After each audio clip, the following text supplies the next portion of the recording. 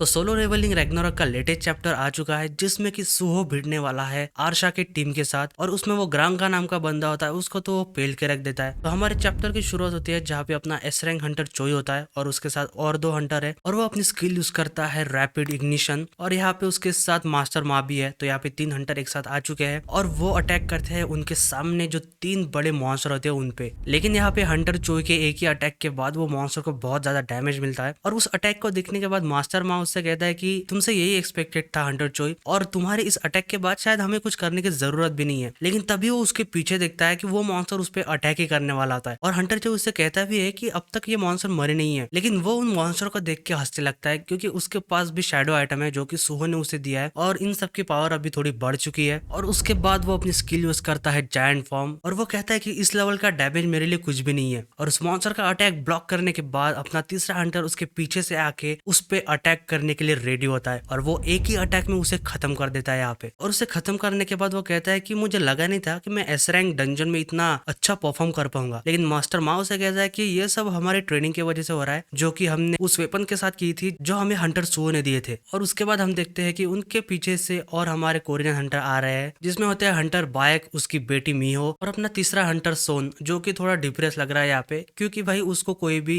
Shadow item यहाँ पे नहीं मिलता क्योंकि टाइम कम होता है तो वो अकेला बेचारा रह जाता है। इस वजह से ये थोड़ा यहाँ पे डिप्रेस लग रहा है। उसके बाद हंटर बायक कहता है कि ऐसा लग रहा है कि स्कैवेंजर गिल्ड हमसे बहुत आगे जा चुकी है डंजन में। और हंटर चोई रिप्लाई करता है कि तुमने सही कहा क्योंकि हमें अभी जल्दी करना पड़ेगा क्योंकि हम उनसे ज्यादा पीछे नहीं रह सकते। तभी वो तीसरा हंटर कहता है कि हम हंटर चोई के वजह से रीग्रुप तो हो गए लेकिन जो बाकी के चार हंटर अभी बाकी है जो हमसे अलग है उनका क्या करना चाहिए। तो हंटर चोई कहता है कि हमें ज्यादा टेंशन लेने की जरूरत नहीं है। और उसके बाद हंटर चोई कहता है कि सुहो ने अपना जो डिसीजन है अकेले जाने का वो सही लिया है क्योंकि उसने ये सोचा होगा कि जो स्कैवेंजर गिल्ड है वो अभी अपने आगे चल रही है तो रिग्रुप होने से अच्छा है वो खुद ही अकेला आगे जाए। और जो ग्रिम रिपर गिल्ड के बंदे हैं उन्हें अकेले काम करना पसंद है तो वो भी अपने अलग रास्ते पे है। और वैसे भी हमारे जो डेस्टिनेशन है वो है बॉस रूम, तो वहां तक जाते जाते हम सब मिलने ही वाले हैं। और अभी अपने अपोनेंट है स्कैवेंजर गिल्ड जिसमें कि अपना मेन अपोनेंट है national level Hunter Thomas Andre. और तभी हमारा सीन शिफ्ट होता है थॉमस आंद्रे की तरफ और वो कहता है कि मैं इन सबको बताऊंगा आखिर मैं किस मिट्टी से बना हूं। और हम देख सकते हैं कि उसकी गिल्ड मेंबर भी उसके पीछे आ रहे हैं एक साथ। तभी हम अगले सीन में देखते हैं कि उसका कोई पीछा कर रहा है और वो होते हैं इतारम का ओपोस्टिल और उसके साथ हंटर ली जो कि थॉमस आंद्रे का पीछा कर रहा है। और थॉमस को देखने के बाद वो इतारम का ओपोस्टिल कहता है कि आखिर मैंने तुम्हें ढूंढ लिया थॉमस आंद्रे। और उसके बाद वो कहता है कि अगर मैंने थॉमस आंद्रे को जो कि नेशनल लेवल का हंटर है अगर उसको अपने कंट्रोल में कर लिया तो मैं उसकी हेल्प से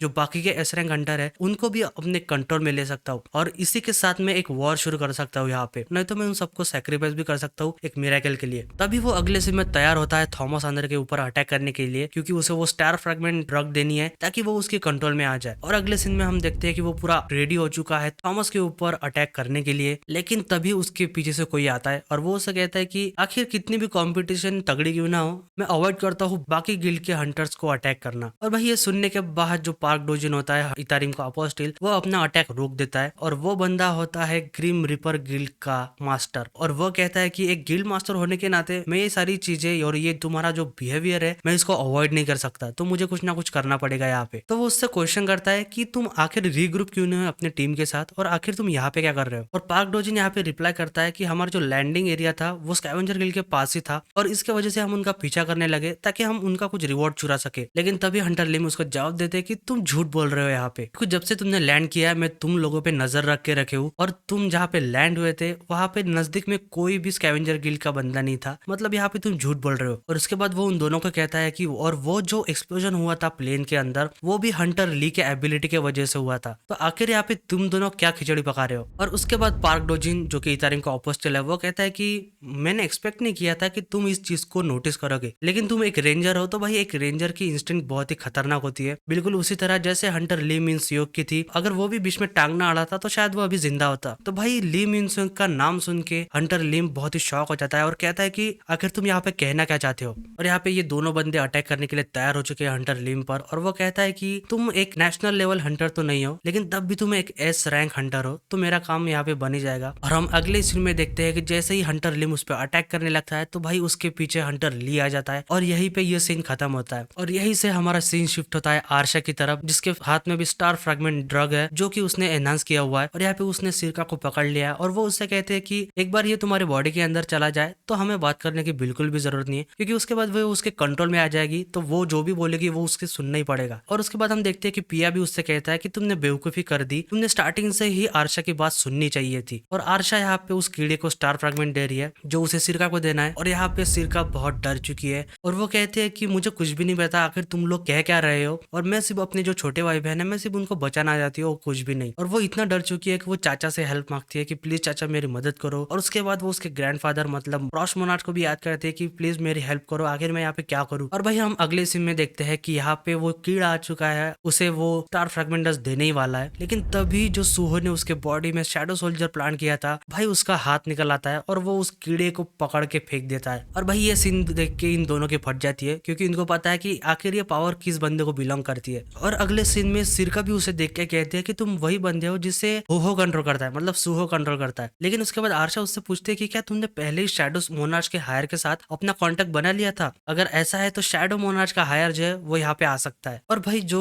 स्टार फ्रेगमेंट ड्रग था वो टूट चुका है और आरशा कहते हैं कि मेरे पास एक ही था, मेरे पास और ज्यादा है नहीं। और उसके बाद वो कहते हैं कि मैं शैडो मोनार्च के हायर के साथ भिड़ने के लिए अपना जो कॉन्ट्रैक्ट है इथारियम के साथ वो तोड़ नहीं सकता। और उसके बाद आरशा कहते हैं कि अगर ऐसा है मैं फ्रॉस्ट मोनार्च के हायर को किडनैप कर लूंगी और यहाँ से निकल जाऊंगी। और उसके बाद वो ऑर्डर देती है ग्रांगा को सिरका के ऊपर अटैक करने के लिए। और ये सीन पूरा देख के यहाँ पे सिरका थोड़ी डर चुकी है, क्योंकि वो भाई उम्र में बहुत छोटी है अभी और ये बंदे बहुत तगड़े हैं। लेकिन यहाँ पे उसे गुस्सा भी आता है और वो कहते हैं कि मैंने अपना गार्ड डाउन कर लिया था और अगली बार मैं ऐसी गलती नहीं करूंगी, और वैसे भी इन लोगों ने मुझे पहले धमकाया था तो इस बार मैं उन्हें खत्म कर दूंगी। और वो ये सोच के उनके ऊपर अटैक करने के लिए बढ़ जाती है। लेकिन तभी उसके सामने ग्रांगा आ जाता है और भाई वो उस पर अटैक कर देता है और ये बहुत ही हेवी अटैक होता है सिरका के लिए। लेकिन हम अगले सीन में देखते हैं कि ग्रांगा के अटैक की वजह से सिरका पूरी बेहोश हो चुकी है उसके वेपन के ऊपर। लेकिन तभी उसके पीछे से यहाँ पे सूहो का शैडो सोल्जर उस पे अटैक करने के लिए तैयार होता है। लेकिन भाई वो उसको एक ही अटैक में खत्म कर देता है, मतलब काट के रख देता है उसके शैडो सोल्जर को। और हम अगला पैनल देखते हैं जो कि बहुत ही बढ़िया है, जिसमें कि ग्रांगा ने एक हाथ से पकड़ रखा है सिरका को और उसके पीछे उसने काट के रख दिया है सूहो के शैडो सोल्जर को। और यहाँ पे उसके बाद ग्रांगा सिरका को लेके जाता है आरशा के पास और आरशा उसे कहते हैं कि बिल्कुल भी हिलना मत, नहीं तो अगर तुम्हें कुछ हो गया और तुम्हें कुछ लग गया तो वो तुम्हारी गलती होगी। लेकिन भाई वो जब उससे वो कहती है तो तभी उसके पीछे से यहाँ पे सूहो एंट्री कर देता है और ये देख के ये तीनों की फट जाती है और ये तीनों बहुत ही अलर्ट हो जाते हैं। और सूहो यहाँ पे गुस्से में उनको पूछता है कि आखिर तुम लोग कौन हो और आखिर तुम उस बच्ची को कहाँ लेके जा रहे हो। और ये देख के सिरका जो बहुत डर चुकी है वो थोड़ी खुश होती है सूहो को देख के। और भाई अगले सीन में सूहो अटैक कर देता है ग्रांगा के ऊपर और ये बहुत ही खतरनाक अटैक होता है। उस अटैक की वजह से बहुत सारी शॉकवेव निकलना शुरू हो जाती है, लेकिन सिर्फ एक अटैक की वजह से भाई इसकी हालत पतली होती है ग्रांगा की। मतलब सिर्फ सूहो ने एक अटैक किया है और इसके पसीने छूट रहे हैं, यहाँ पे उसका वेपन भी पूरा वाइब्रेट हो रहा है। और भाई यही चांस देख के यहाँ पे आरशा और जो पिया है वो सिरका को किडनैप करके वहां से भागने लगते हैं। उसके बाद पिया कहता है कि आखिर अभी हमें क्या करना चाहिए, क्योंकि ग्रांगा और जो शैडो मोनार्च का हायर है वो फाइटिंग कर रहे हैं, जो कि नहीं होना चाहिए था इनके हिसाब से। तो उसको आरशा रिप्लाई करती है कि एक काम करो, जल्दी से अपना जो गेट है वो ओपन करो पिया। मतलब भाई वो यहाँ पे ग्रांगा को छोड़ दे रही है, ये दोनों यहाँ से निकलने वाले हैं। और उसके दौरान यहाँ पे आरशा सोचती है कि मैंने जो पहले असेस किया था सूहो को उसके जो कीड़े हैं उसका इस्तेमाल करके, तो वो सोचते हैं कि उसकी ताकत अभी इतनी ज्यादा नहीं है कि वो ग्रांगा को बहुत ही आसानी से हरा दे, और ग्रांगा के वजह से हमें थोड़ा टाइम मिल जाएगा यहाँ से भागने के लिए। और भाई तभी उसके पीछे सूहो कहता है कि अगर तुम जा कहाँ पे रही हो। और ये सुन के भाई वो इतनी डर जाती है यहाँ पे, क्योंकि हम अगले सीन में देखते हैं कि सूहो ने ग्रांगा को पेल के रख दिया है। मतलब उसे ऐसा लग रहा था कि सूहो उसे इतने जल्दी हरा नहीं पाएगा, लेकिन भाई सूहो ने सिर्फ एक दो मुंह में, मतलब शायद एक ही मुंह में उसे यहाँ पे पूरा पेल के रख दिया है और वो नीचे गिर चुका है यहाँ पे। और उसके बाद हम सिरका को देखते हैं जो कि बहुत डर चुकी है और रो भी रही है, और उसे देख के सूहो बहुत ही गुस्से में आ चुका है और वो उनसे कहता है कि जल्द से जल्द उस बच्ची को वापस कर दो। और दोस्तों यहीं पे अपना चैप्टर यहाँ पे खत्म होता है। अगर आपको सोलो लेवलिंग रैग्नारॉक ये बनना पसंद है तो आप इस वीडियो को लाइक करो और चैनल को सब्सक्राइब करो। तो मिलते हैं दोस्तों अगले चैप्टर में।